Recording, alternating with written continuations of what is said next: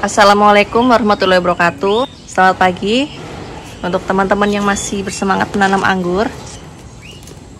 Di video kali ini saya akan merangkum beberapa kesalahan-kesalahan pemula ya yang sering dilakukan dalam hal menanam anggur. Ini juga berdasarkan pengalaman saya dulu waktu menanam anggur dan dari beberapa teman-teman Soft Grab Balikpapan yang sering bertanya lewat WA ataupun IG ya, yang sering berkonsultasi dengan saya.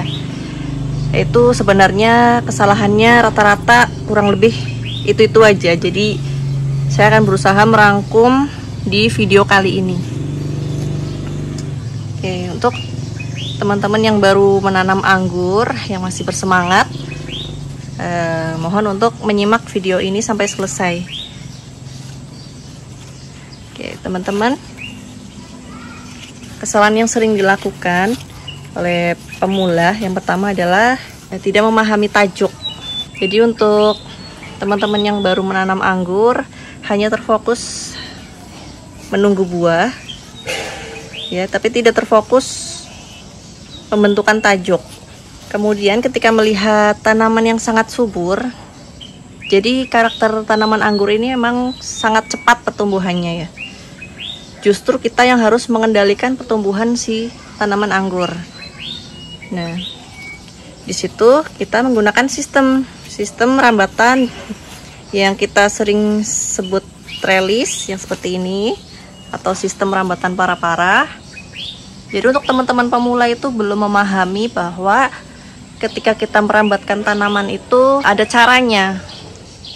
Dan walaupun mereka sudah mempelajari tentang sistem merambatan, tapi tidak begitu serius untuk konsisten untuk menata ya. Padahal tujuan di masa vegetatif adalah kita membentuk fondasi utama ya. Kalau kita lagi bikin rumah, kita lagi bikin fondasinya dulu ini.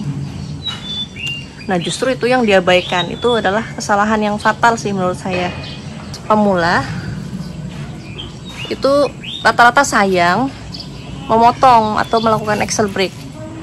Jadi kalau ada salah satu cabang yang vigor, itu dibiarkan, justru malah dibiarkan melingkar-melingkar kemana-mana. Itu sangat salah, kesalahan yang lumayan fatal ya.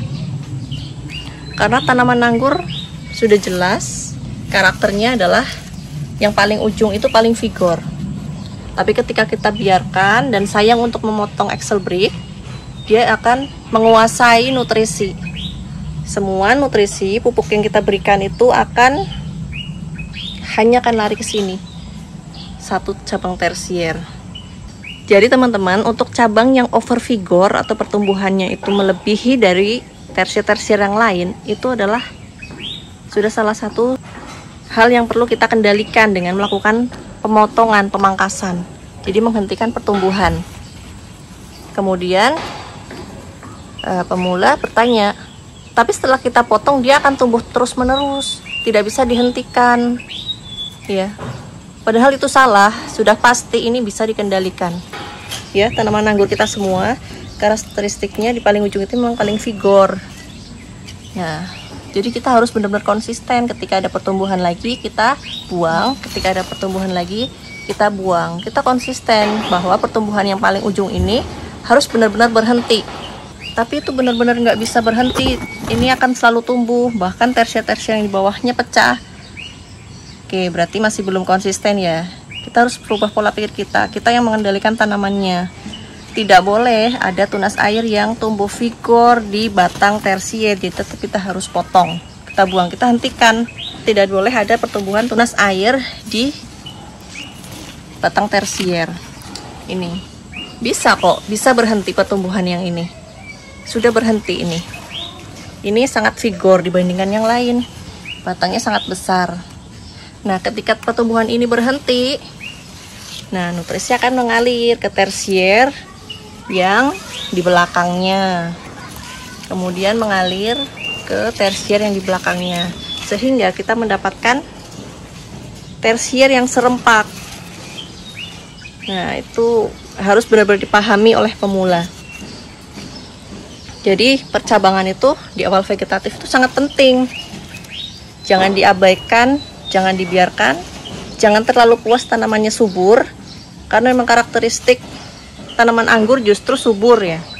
Cuman suburnya itu justru harus dikendalikan, harus dialirkan nutrisinya ke batang-batang tersier ini, semua batang tersier. Jangan hanya ada di satu tersier. Oke, kita belajar sama-sama ya. Kemudian kesalahan yang kedua yaitu mudah mengikuti video-video yang didapat dari YouTube. Sedangkan itu tidak diserap secara sempurna ya. Nah, untuk teman-teman biasakan itu menyimak video. Kalau memang mau mengikuti harus dengan pemahaman yang benar ya. Contohnya, misalkan ada sebuah informasi ketika pembuahan seperti ini, ketika muncul bunga itu dipotong di depan bunga supaya nutrisi fokus lari ke sini. Dah, misalkan itu hanya misalkan ya. Terus kemudian ketika pangkas pembuahan sudah muncul, pangkas pembuahan muncul bunga, lalu langsung dipotong begitu saja. Tidak memahami benar apa yang disampaikan oleh teman kita yang sudah berbaik hati ya menyampaikan di YouTube. Padahal yang informasi yang diberikan adalah ketika pembuahannya potes pucuk. Nah, tapi diterapkan ke dalam pembuahan pruning, tentu saja berbeda kasusnya. Kalau di pembuahan pruning, daun di belakang ini adalah daun tua yang sudah tidak efektif untuk melakukan fotosintesis. Jadi ketika ini dipotong, maka tidak ada daun yang bisa memasak dengan sempurna untuk pertumbuhan si bunga. Nah, sedangkan kalau kita melakukan teknik potong depan bunga di potes pucuk, tentu saja kita masih banyak daun-daun sehat dan batang-batang yang hijau. Karena kan potes pucuk dilakukan di batang hijau dengan daun yang masih sehat, bisa melakukan fotosintesis. Jadi ketika kita potong di depan bunga, otomatis pohon ini masih banyak daun yang sehat untuk melakukan fotosintesis, sehingga bunganya bisa mendapatkan nutrisi yang maksimal dengan cara memotong di depan bunga. Oke, kemudian kesalahan yang tiga yang sangat umum yaitu kurang sabar ya dalam membuahkan. Kurang sabar artinya tidak menunggu batang tersier coklat kemudian sebesar pensil. Itu yang paling sering sih kita temui ya, teman-teman kita itu kurang sabar dalam membuahkan. Nanti ujung-ujungnya setelah pruning mendapati zong, barulah belajar dari situ. Ya jangan kaget kalau hasilnya zong, karena pembuahannya memang di batang yang masih hijau. Ya, seperti kemarin saya buahkan Everest dengan batang yang masih hijau, teman-teman kan bisa lihat sendiri hasilnya. Batang yang masih hijau dia zong. Ini batang yang hijau, masih hijau, dia tidak mengeluarkan bunga. Nah, itulah kenapa saya memberikan bukti ini supaya teman-teman bisa sabar ya. Lebih baik bersabar dulu, karena kalau teman-temannya sudah coklat ini tinggal nunggu beberapa minggu lagi sebenarnya, beberapa kali pemupukan lagi bisa coklat. Nah, tapi ketika kita nggak sabar dia hasilnya zong. Nah, tapi ketika sudah coklat dan sebesar pensil dengan buah kesabaran, ini hasilnya akan bagus. Oke, jadi teman-teman yang sudah menyimak video ini, mudah-mudahan kali ini bisa bersabar dalam pembuahan, karena tanaman anggur, mungkin semua jenis tanaman ya, memerlukan kesabaran untuk membuahkan. Nah, kalau kita sudah bersabar dengan belajar caranya dengan baik, insya Allah hasilnya akan baik juga. Oke, ini batang yang hijau semuanya zong, tapi yang coklat dia mengeluarkan bunga. Oke, teman-teman jangan bosan-bosan ya mencari ilmu. Kita belajar bersama-sama bagaimana cara membuahkan yang baik. Kalau untuk belajar tanaman anggur sebenarnya sulit di awal, tapi nanti akan mendapatkan kemudahan di belakang ya. Ketika kita sudah memahaminya, walaupun informasi di awal itu sangat detail dan perlu kehati-hatian, tapi ketika kita sudah bisa, nanti pembuahan berikutnya akan lancar. Oke, dan yang terakhir, yang keempat, kesalahan yang paling umum juga. Yang keempat itu adalah mungkin tentang penyiraman dan pemupukan ya. Jadi seiring bertambahnya waktu, dengan banyak belajar, teman-teman akan bisa memahami tentang pemupukan dan penyiraman. Bagaimana kalau penyiraman itu tentu saja kita yang tahu ya, karena kita yang menyiapkan si media tanam ini sendiri.